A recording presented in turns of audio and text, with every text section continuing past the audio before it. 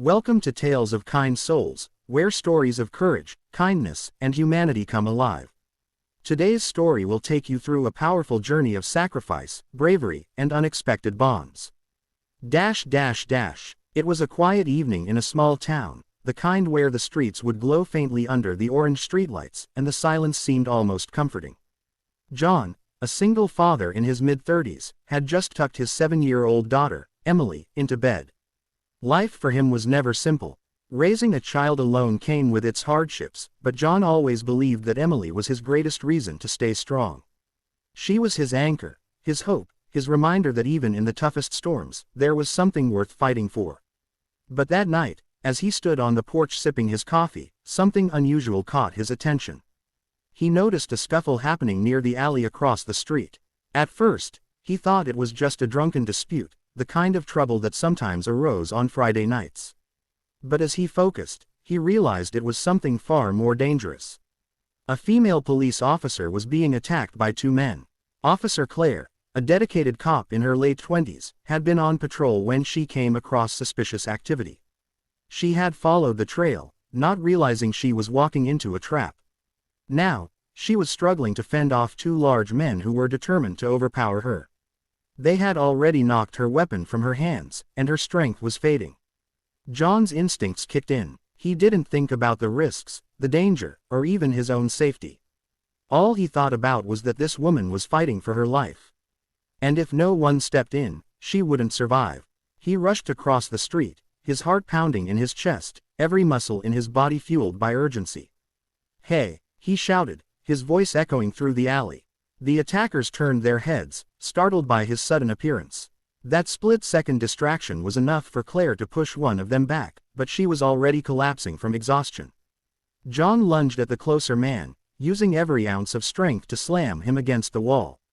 The other attacker swung wildly, landing a punch on John's jaw. Pain surged through him, but he refused to back down. He thought of Emily. If she were in danger, he would want someone to step in. He couldn't fail this woman now. The fight was brutal. John wasn't trained like Claire, but his determination made up for it. He managed to throw one of the men to the ground, but the other drew a knife. John froze for a moment, fear slicing through him. The blade glinted under the dim light, and he knew one wrong move could end everything. Claire, barely conscious, forced herself to act. With the last of her strength, she tackled the man with the knife from behind. The blade clattered to the ground, and John quickly kicked it away. Together, though weak and injured, they managed to subdue the attackers until backup arrived. By the time sirens filled the air, John was bleeding from his mouth and had bruises covering his arms. Claire was barely breathing, her body battered and her vision blurred. As paramedics rushed to the scene, John held her hand. "Stay with me, you're going to be fine," he whispered. His words were firm, but his eyes betrayed his worry. At the hospital, doctors worked tirelessly to save Claire. She had lost a lot of blood and had internal injuries. John, though injured himself, refused to leave until he knew she was stable. Emily sat beside him in the waiting room, clutching his hand tightly. "Daddy, is she going to be okay?" she asked softly. John looked down at his daughter, brushing a tear from her cheek. "She's strong, Emily. She's going to make it." Hours later, the doctor emerged. Claire was in critical condition but alive. Relief washed over John, and Emily hugged him tightly. For the first time in hours, he allowed himself to breathe. When Claire finally regained consciousness days later, the first face she saw was John's. He was sitting by her bed, exhausted but unwavering. "You saved me," she whispered weakly. John shook his head. "We saved each other. You fought harder than anyone I've ever seen." Claire's eyes welled with tears. In her line of work, she had seen both the worst and best of humanity. But rarely had she encountered such selfless bravery from an ordinary man. As days turned into weeks, John visited her regularly, sometimes with Emily. They would bring flowers, little cards, or simply their company. A bond began to form, one born not from circumstance, but from shared survival and gratitude. Claire soon learned about John's struggles as a single father. She admired the way he cared for Emily, the way he put his daughter's happiness above all else. John, in turn, learned about Claire's devotion to her duty, her quiet strength, and the sacrifices she had made to protect others. Their lives, once separate, began to intertwine. One evening, while Claire was recovering at home, John brought Emily over with a basket of home-cooked food. Emily, always cheerful, handed Claire a drawing she had made. It showed a superhero with a cape standing beside a police officer. At the bottom, she had written, "My dad and Miss Claire, heroes." Claire couldn't hold back her tears. That small drawing captured everything: the courage, the sacrifice, and the bond that had been forged in that alley. But beyond the warmth, there was still darkness lingering. The attackers had connections to a larger crime group, and Claire knew they wouldn't stop until their agenda was complete. Despite her injuries, she insisted on continuing the investigation. John, though worried for her safety, stood by her side. One night, as they sat together, John spoke softly. "I don't have much to give, Claire. I'm just a father trying to raise my little girl. But I need you to know, I'll always be there if you need someone to fight for you again."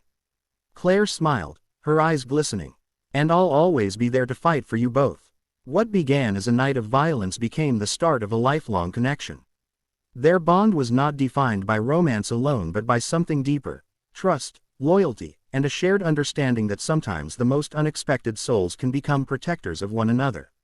The community, once shaken by the attack, now spoke of John and Claire as a story of hope. Neighbors looked at John differently, not just as a single father but as a man who had risked everything for someone he barely knew. And Claire, though a cop sworn to protect, found herself being protected in return. Months later, at a small town gathering, John stood with Emily on one side and Claire on the other. The mayor honored them both for their bravery, presenting them with awards for courage. But for John, the greatest reward was the simple fact that Emily could look at him with pride and that Claire was alive to stand beside them. When the applause faded, John whispered to Emily, "Remember, sweetheart, real heroes aren't the ones in capes.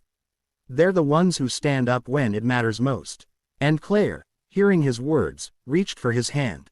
Together, they knew their story wasn't about one night of violence. It was about the power of humanity, the strength of kindness, and the courage to protect one another, no matter the cost. Closing narration. This story reminds us that heroes can come from the most unexpected places.